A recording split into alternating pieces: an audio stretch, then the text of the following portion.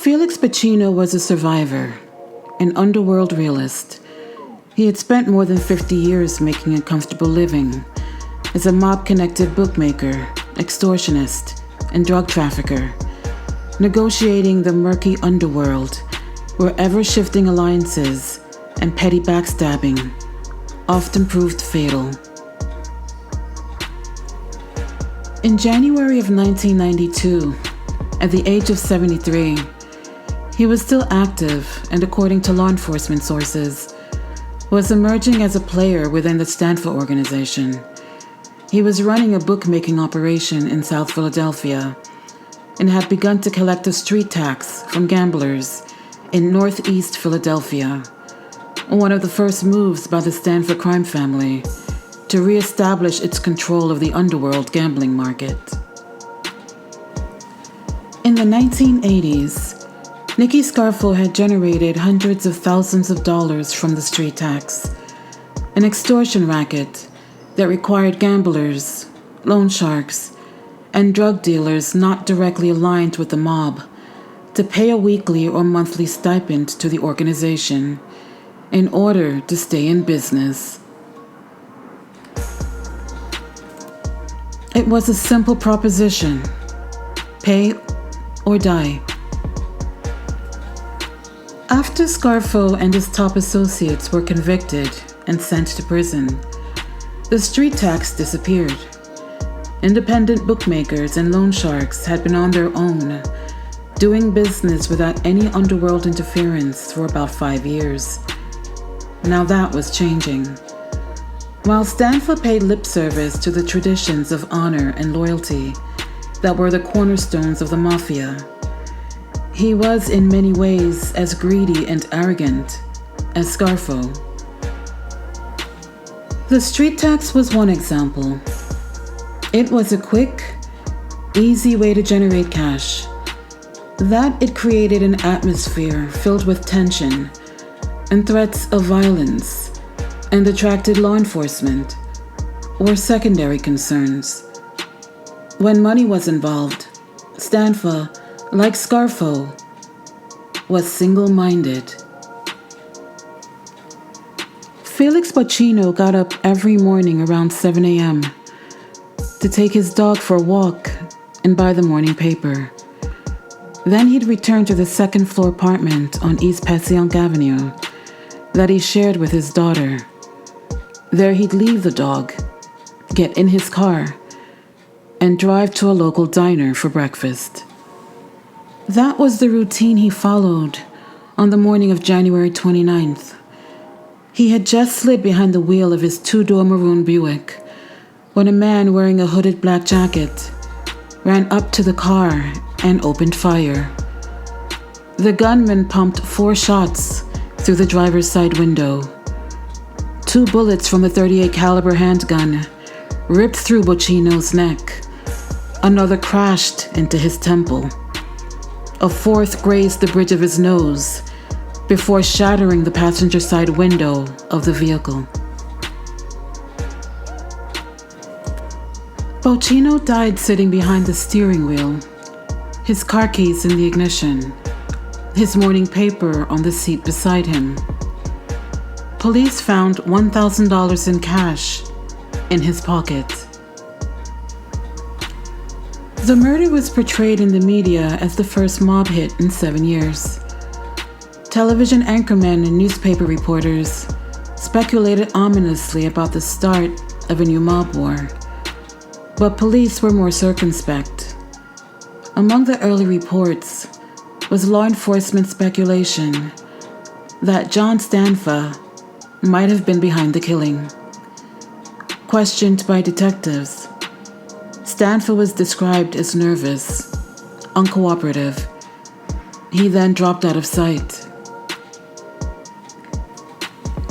Federal authorities, however, had their own theory about what was going on in the underworld, aided by snippets of conversation picked up in Salvatore Avino's law office in January and February. Not every conversation was clear and to the point, nor was every conversation picked up in its entirety. The feds knew that Stanfa, had a problem with a group of young mobsters who were balking at his attempts to take over the organization. These were the sons, brothers, and nephews of Scarfo's crime family members. They had been born and raised in South Philadelphia and embraced the street corner mentality that is both a boon and a bane in the neighborhood. Stanfa's Sicilian pedigree, while a plus among the older generation of mobsters in New York and Philadelphia, meant nothing to the young kids on the corner.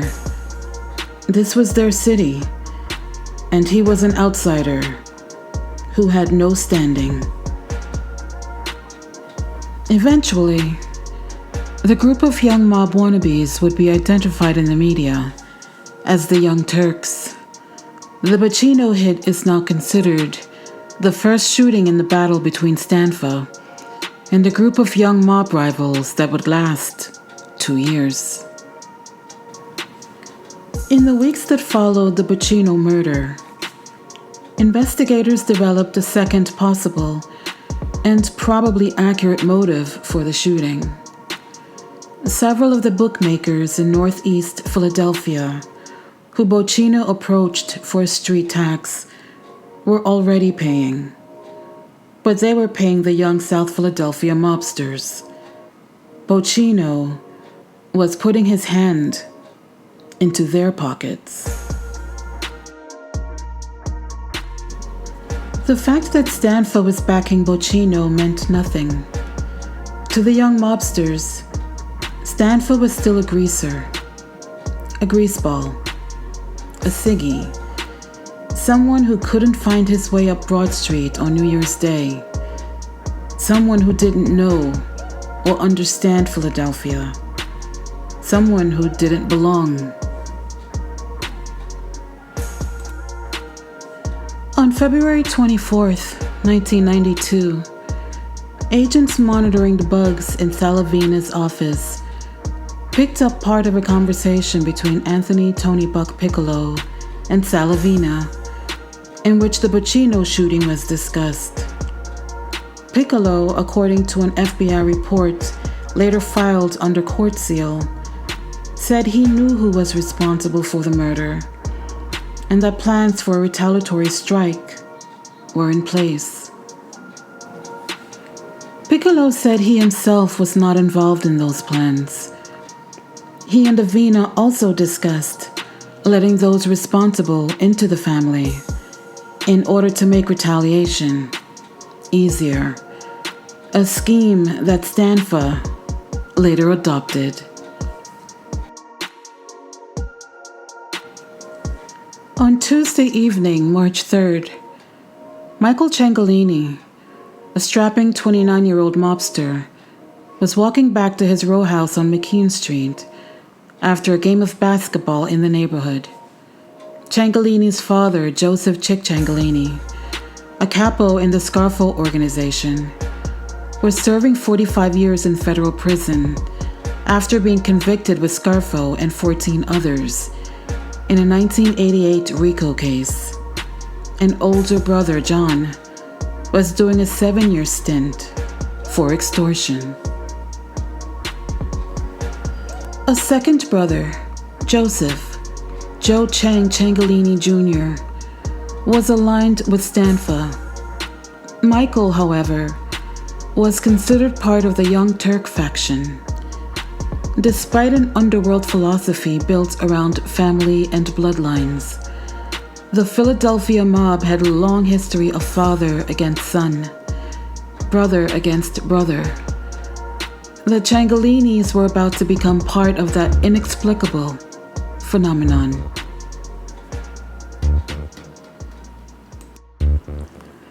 Mike Ciancaglini walked past the Ford station wagon parked on the corner of his block. As he did so, 2 men armed with shotguns jumped out of the vehicle. Ciancaglini began to run for his life, sprinting for his front door with the gunmen in pursuit. He reached his house in the middle of the block rushed through the front door and slammed it shut behind him. The gunman fired 2 rounds through the door, 2 more through the living room window, where Ciancaglini's wife, Monique, was sitting. Their 2 children, aged 2 and 3, were upstairs at the time. Neither Ciancaglini nor his wife were hit. The gunman continued to run down the block and disappeared, along with the station wagon. Police recovered more than 20 gunshot pellets from the ceiling and archway between the living room and dining room of the home. The wrought iron and glass enclosed front door was destroyed. Outside, investigators found 5 12-gauge shotgun pellets. Ciancaglini, questioned by detectives, provided few details. He don't know why, he don't know who, and he don't know what, said his attorney, Joe Santagudda. Police immediately theorized, however, that the shooting was in response to the Bocchino killing, and now they too warned about a potential mob war. Police said Michael Ciancaglini was the number 2 man in a fledgling organization headed by Joseph Skinny Joey Merlino, the charismatic son of former Scarfo underboss Salvatore Chucky Merlino. Others linked to Merlino and Mike Ciancaglini by federal authorities included Stephen Mazzone, Marty Angelina, George Borghese, whose uncle was an imprisoned Scarfo hitman, Gaetano Tommy Horsehead Scafidi, whose brother was another imprisoned Scarfo shooter, and Vince Ianich, whose father was a jailed Scarfo soldier. While much would be made over the next 2 years about how the young gangsters had formed a faction in opposition to John Stanfa, the simple fact of the matter was, most of them had grown up together, gone to the same Catholic grammar school, attended the same high school, and for all their lives, hung out on the same street corner. They might have been the Young Turks to the media, and eventually, the Merlino mob faction to the feds. But before all of that, they were the guys from 12th and Wolf and the Epiphany Parish. And ironically, those roots would prove to be deeper and stronger than the Mafia blood oath and the Code of Omerta around which Stanfa tried to build his organization. At the time Mike Ciancaglini was ambushed, Joey Merlino was in federal prison, finishing up a sentence for an armored truck heist in which over $350,000 had been stolen. Merlino, convicted when 2 of his accomplices cooperated and testified for the government, served more than 2 years of a 4-year sentence before earning parole.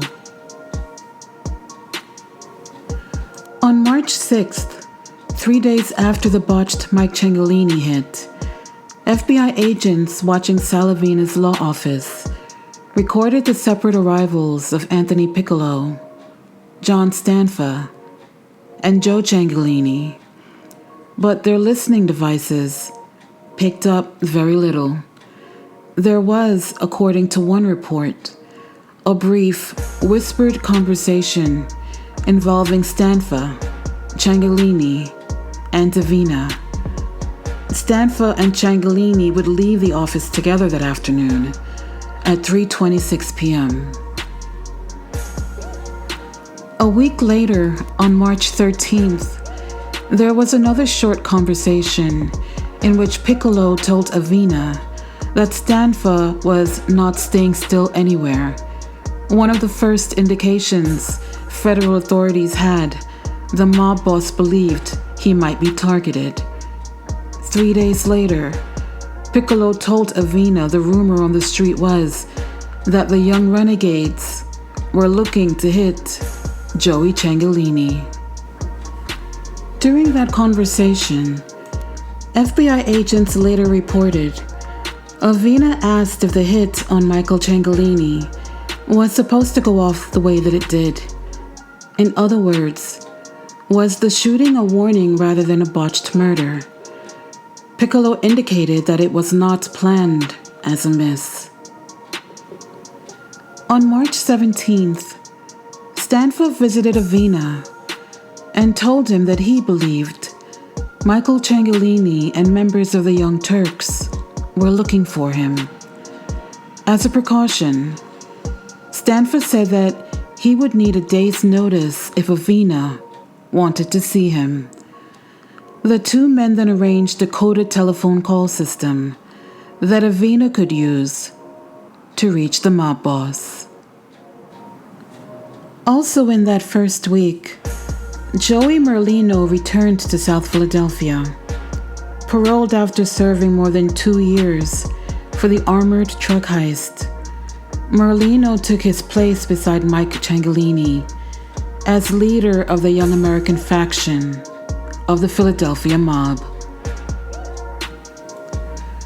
Dealing with Merlino and Mike Ciancaglini became a major concern for Stanfa that spring and summer.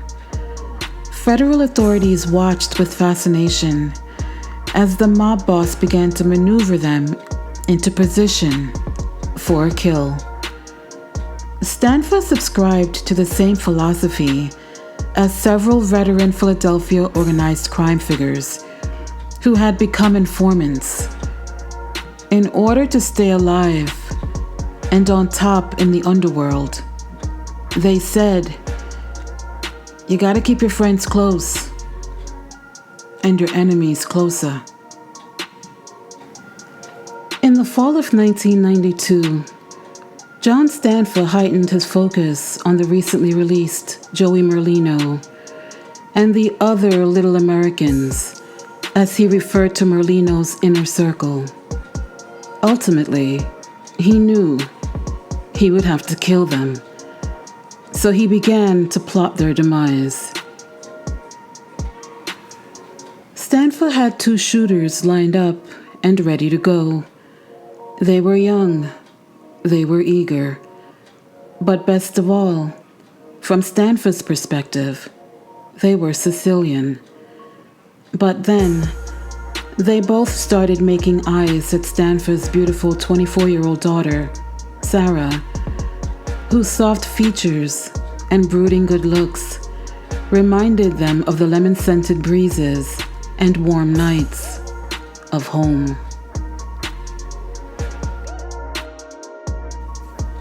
Biagio Adornetto and Rosario Bellocci first surfaced in the Stanfa investigation when they were observed working in the Wakefield Breakfast and Luncheon Express in the spring of '92.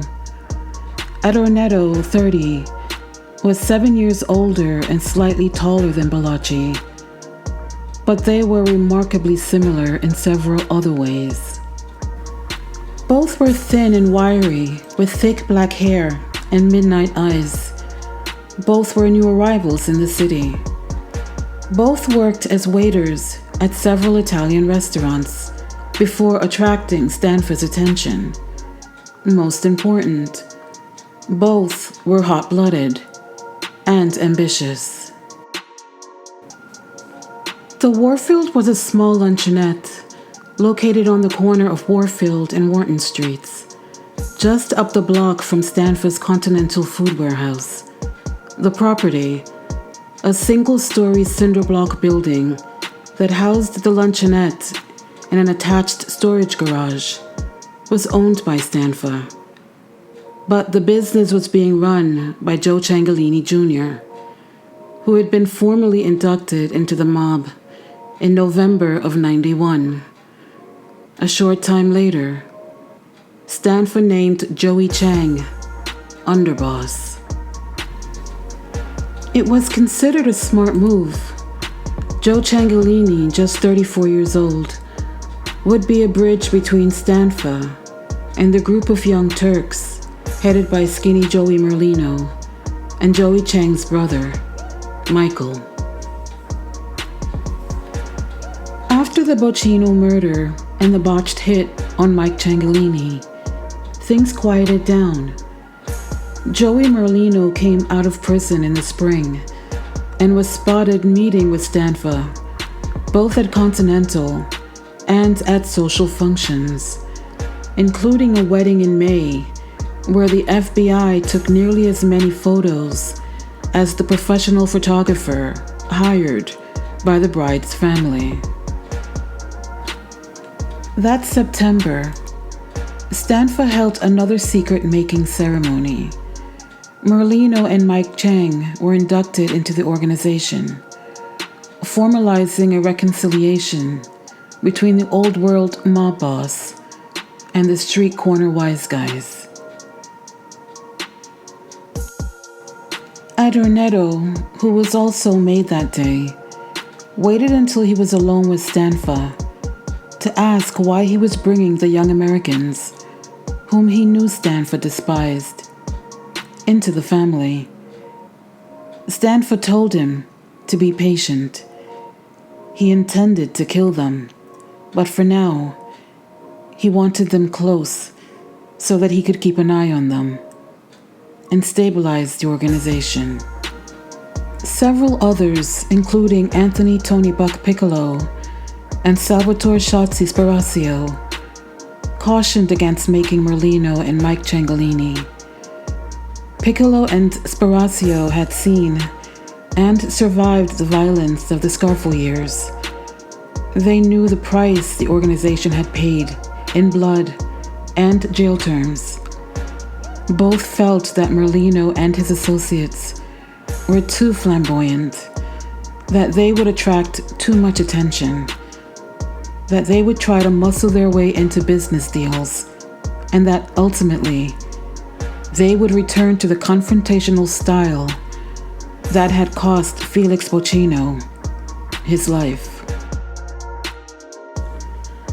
Adornetto may have been a lowly restaurant worker struggling to survive, but he had big plans. In talks with Bellacci and in telephone calls home to friends and family members in Sicily, he boasted about his connections and his prospects for advancement. He was going to be a player. He was sure of it. He knew more about the ways of the mafia than his American counterparts. He had the bloodlines, and he had the balls. In fact, he consistently berated Joe Ciancaglini, Stanfa's new underboss, questioning his judgment and his courage, and maintaining that he, Adornetto, would be better suited for the number 2 spot. Biagio used to say Joe Chang wasn't worth it. He said American people were stupid. Stupid in a certain way. Not really smart enough to be mafia, to be in a position to lead. In another conversation, Adornetto confided to Bellacci, We are special people. We are Sicilians. We can kill anybody we want. It was around this time Adornetto asked Stanfa for permission to court his daughter. Sarah, who had been born and raised in Philadelphia, was a first-generation Italian-American brought up in a household that still clung to old world values. As smart as she was beautiful, she was probably the most charismatic of Stanfa's 3 children. Still, she was a woman, not a man. Later, the FBI would hear Stanfa lament that fact while praising the guile and gumption of his firstborn. Following the custom of his native Sicily, Adornetto asked permission from the father to court the daughter, but Stanfa, in a rare acknowledgement of his daughter's independent streak and American roots, left the matter in Sarah's hands. It would be up to her, he told Adornetto. Privately, however, Stanfa was pleased when his daughter rebuffed Adornetto whose crude, blunt manner and arrogant style had already begun to wear thin on the mob boss. Bocchino, on the other hand, had a practiced naivete that was charming, if somewhat contrived. Where he professed his feelings for Sarah, he got a green light from both the mob boss and the mafia princess. And so, the three corners of a deadly underworld love triangle was set. That fall, both young Sicilians were assigned to carry out hits for the Stanfa organization. Adornetto was part of a team that was supposed to rub out Ron Mazzone and Rod Colombo, two mob associates who were suspected of playing fast and loose with the money they collected in an extortion racket. Stanfa believed that some of the cash they were picking up, his money, after all, was finding its way into their pockets, so he decided to make an example out of them. The plan was to gun them down in the parking lot of a South Jersey restaurant where they were to meet Stanfa for dinner one night. Mazzone and Colombo showed up on time. Adornetto and his associates did not. The chance was lost, and the hit was called off the moment the two unsuspecting targets strode into the restaurant. Adornetto later blamed two other members of the hit team for botching the job, claiming they lacked the guts to carry out the assignment. Several weeks later, Bocchino was told by Stanfa and Joe Ciancaglini Jr. to take care of Francisco DiGiacomo, a young South Philadelphia gambler and suspected drug dealer who had been falsely and publicly bragging about his connection to the Stanfa organization.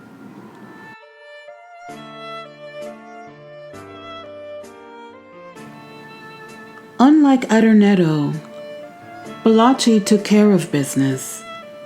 DiGiacomo was one of the first friends Bocchino made when he arrived in South Philadelphia from Sicily in 1991. Yet, he did not hesitate when John Stanfa said he wanted the man dead. One night, late in November, Bocchino took his friend out drinking. They stopped for beers at a local tavern, then headed to a popular nightclub. Later, as they were riding in a car on a deserted street near Philadelphia's old historic district, Bocchino pulled out a gun and pumped 4 bullets into his friend's neck and chest. Then he stopped the vehicle, pulled the body out of the car, dumped it in the gutter, and drove off.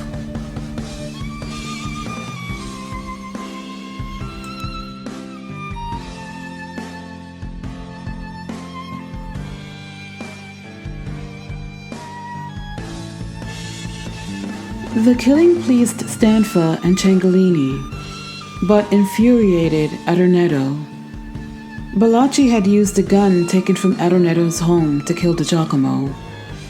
He had also borrowed Adornetto's car to carry out the hit and had shattered a window and gotten blood all over the interior in the process. 2 days later, the car was disposed of by a friend of Stanfa's in the compacting business. The day after the killing, Bocchino shows up for work at the Warfield Express and tells Ciancaglini, "You got what you wanted. The job is done." Later that day, Stanfa comes up to him and pats him on the shoulder, beaming, proud that something had finally been accomplished, that someone had finally been able to carry out an assignment. Stanfa tells Bocchino he was not to be concerned about Adornetto, whose bad-mouthing of Ciancaglini had gotten back to the mob boss. A month later, Bocchino, who was now courting Sarah Stanfa in earnest, was asked again to demonstrate his availability to John Stanfa. This time, the assignment was even closer to home. Stanfa wanted Bocchino to deliver a message to Adornetto.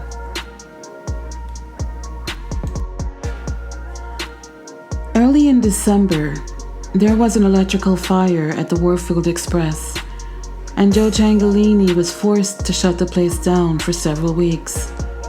Adornetto, who had been picking up negative vibes, decided to use that excuse to find another job.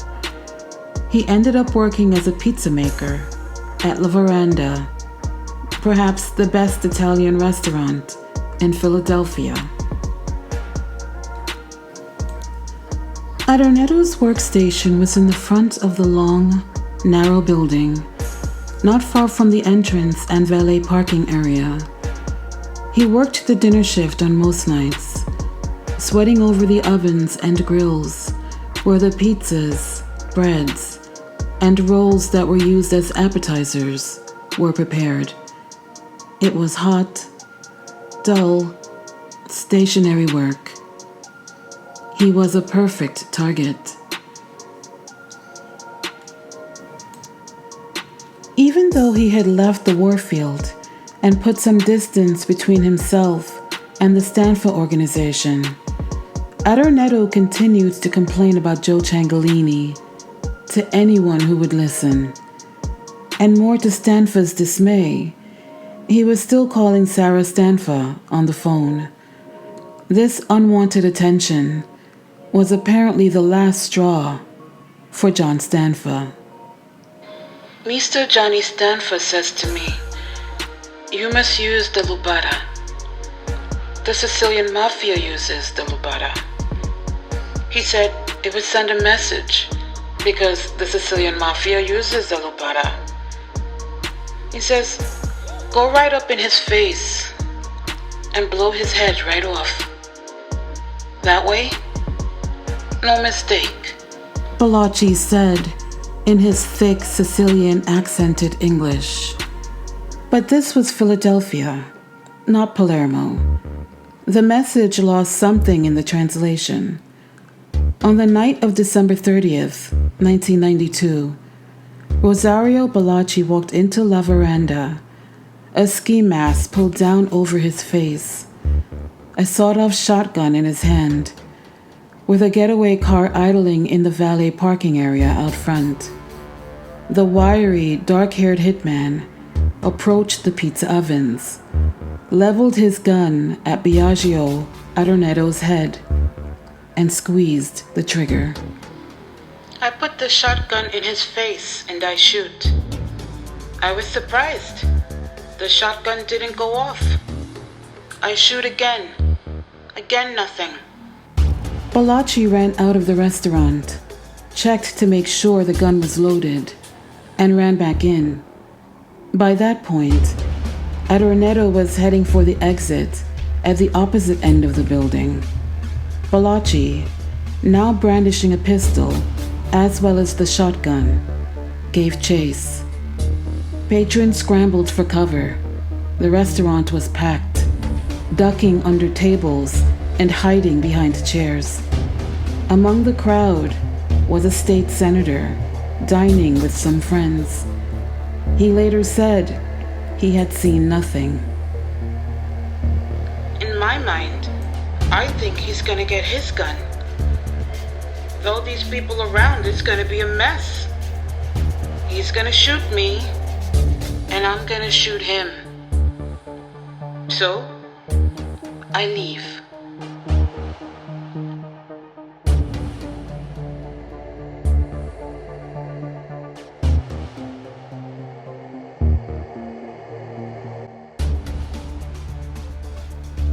Later that night, Bocchino would learn that his accomplice and getaway driver had put the wrong size shells in the shotgun, causing the lubada to misfire.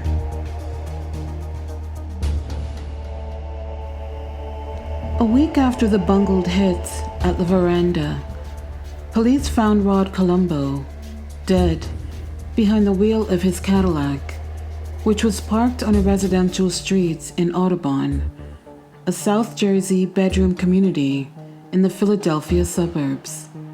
Colombo, who had dodged a bullet in the restaurant parking lot 2 months earlier, wasn't as lucky the second time the mob got him in its sights. 3 weeks after the Colombo hit, another mobster turned up dead